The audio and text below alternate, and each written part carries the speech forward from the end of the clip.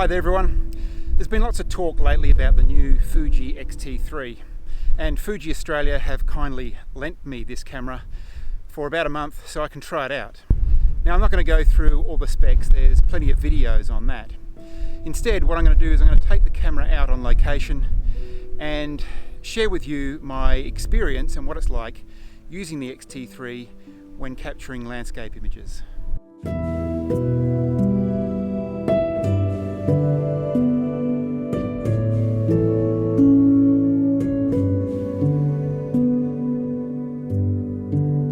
Just quickly, if you're new to my channel and you enjoy landscape photography, check out some of my other videos and consider subscribing.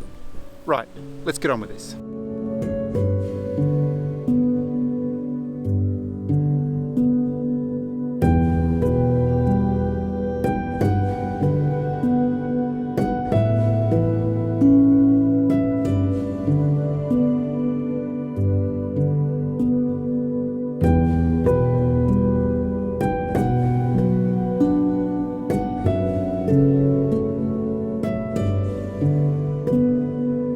Now, as most of you know, I have the previous version to the X-T3, the X-T2, and I love shooting with that camera.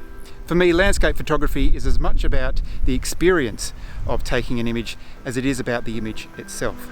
That's why I enjoy shooting with the X-T2 so much. It's light, compact, the external dials provide an intuitive design to engage with the camera and adjust camera settings. It's backed by a fantastic range of quality lenses that are also relatively light. It's weather sealed, dual card slots, the list goes on.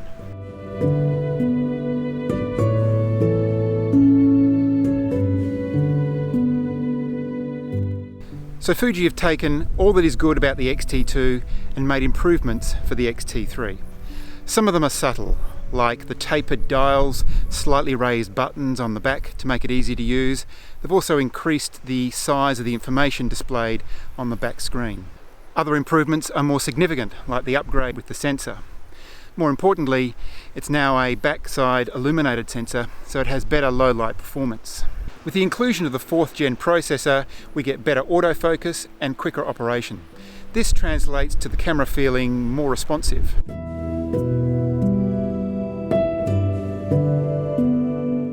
With the upgrade in hardware, Fuji have ramped up the video capabilities of the X-T3. We get 4K at 60 frames per second and 1080p up to 120 frames per second. What's really impressive is the quality of that video. It's up to 10-bit 422, which is amazing for this price point. In this video, if the X-T3 isn't in the shot, it's being used to capture the footage.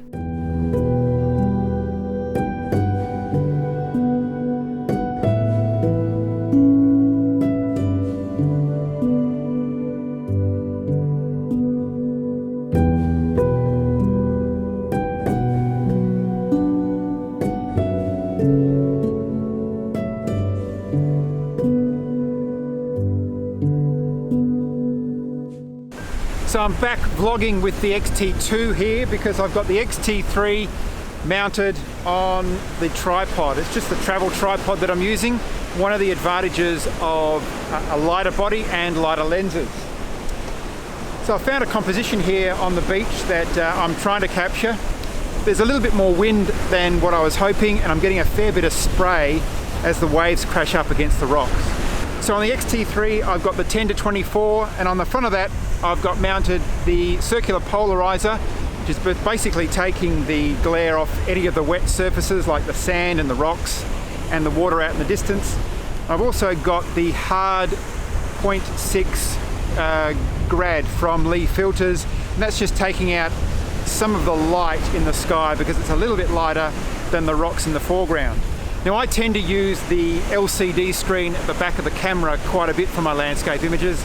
I just like using it to compose the image, but it's also got all of the information that I need in terms of shutter speed, aperture, ISO, exposure indicator, all the exposure information, everything I need to work out the settings for my next image. Like the X-T2, the X-T3 screen tilts, which is really fantastic, particularly when I've got the camera low down for a shot. The size and resolution of the screen on the X-T3 is the same as the X-T2. What's new is the fact that it's a touchscreen, which I've come used to with my Nikon D850. So the way that I've got the touchscreen set up is when I touch on a point, it autofocuses. That's an alternative to back button focusing, which I've also got set up. There's also a series of gestures that you can do with the touchscreen to access a range of different functions. By default, swiping down gives you access to the spirit level. Helps you compose and make sure that your image is straight. I've configured the swipe to the left to give me the focus check function. That punches into the image so that I can check that the image is in focus. Swiping up gives me the histograms across the red, green and blue channels. This is absolutely fantastic. I love this feature. I normally have the histogram available on the back screen by default anyway, but having the full set of RGB histograms available with a simple swipe up is really helpful. Anyway, before the light completely disappears, I'm going to take this shot. I'm on ISO 160, which is new for the X-T3. I've got an f-stop of 14 and my shutter speed currently is 1/4 of a second. I'm going to give the front of the lens a bit of a wipe because as I said before, I'm getting plenty of spray, and then I'll take this shot.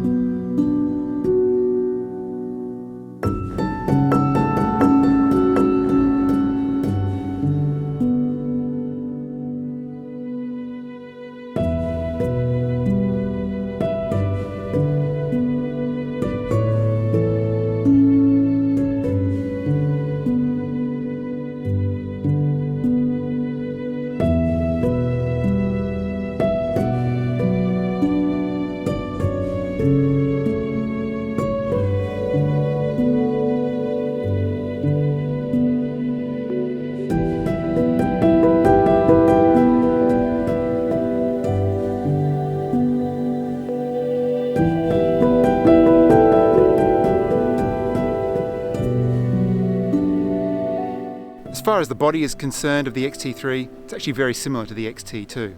They've improved the build quality along with weather sealing, which is quite handy given the wet conditions that I sometimes find myself shooting in. While solid in the hand, it's not too heavy, coming in at just 539 grams, slightly heavier than the X-T2. The weight advantage, of course, comes from the fact that it's an APS-C sensor and the fact that the camera's mirrorless. Of course, it's not just the body where you get the weight advantage. It's the impressive range of quality lenses that are relatively small.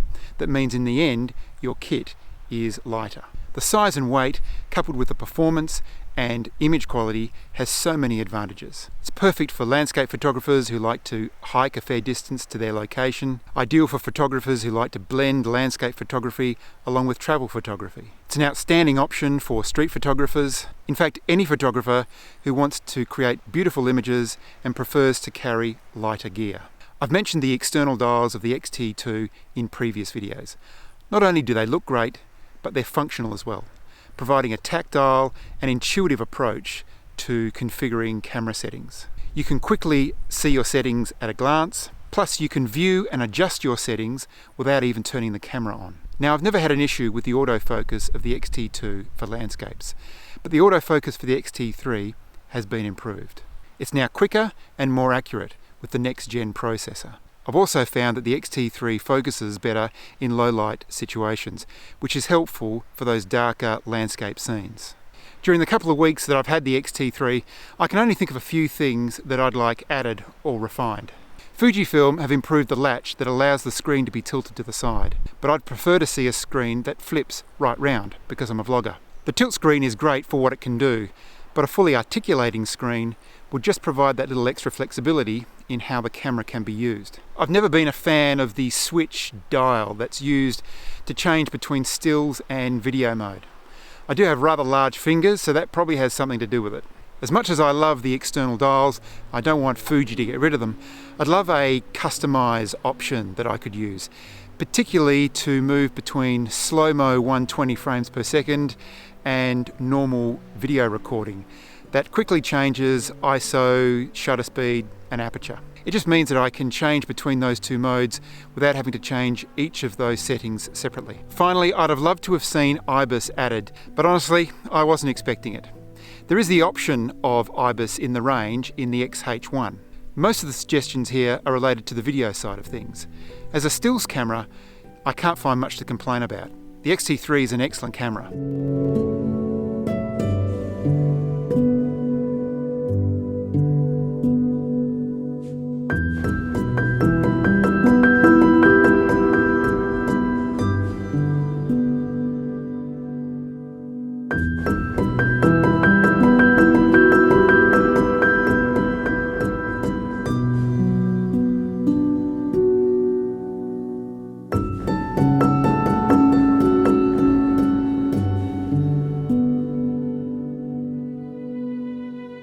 With image quality, the difference between a crop sensor and a full frame is getting smaller and smaller.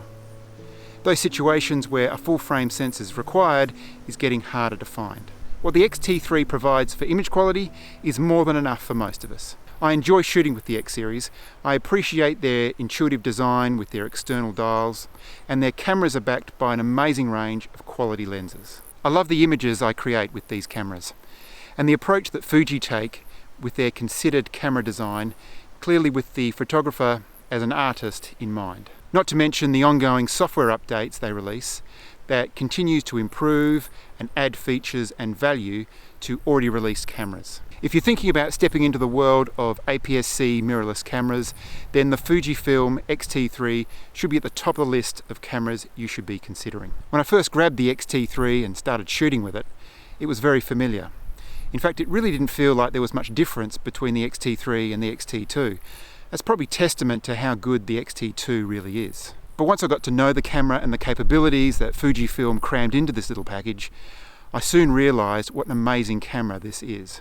In fact, it's when I've gone back and started shooting with the X-T2 again that I've really noticed the difference. I now have to send the X-T3 back, and again, thanks to Fujifilm Australia for loaning me the camera. I didn't think I'd be this impressed, but I'm very tempted to upgrade to the X-T3, clearly a leader when it comes to APS-C mirrorless cameras. Not to mention it pushes some of the full frame cameras currently on offer, which it matches or beats in many respects. If Fujifilm were to add the improvements that they've made to the X-T3 into the yet to be released XH2, which already has IBIS, and if it's not too much to ask, also add the fully articulating screen, then that would be a very interesting camera for my needs, both from a stills and video perspective. I hope you found that interesting. Please like and share the video if you did. If you're interested in landscape photography, then check out some of my other videos of my landscape adventures and subscribe if you haven't already. Do you have an opinion on the new X-T3? I'd love to hear it in the comments below. But until next time, guys, thanks very much for watching.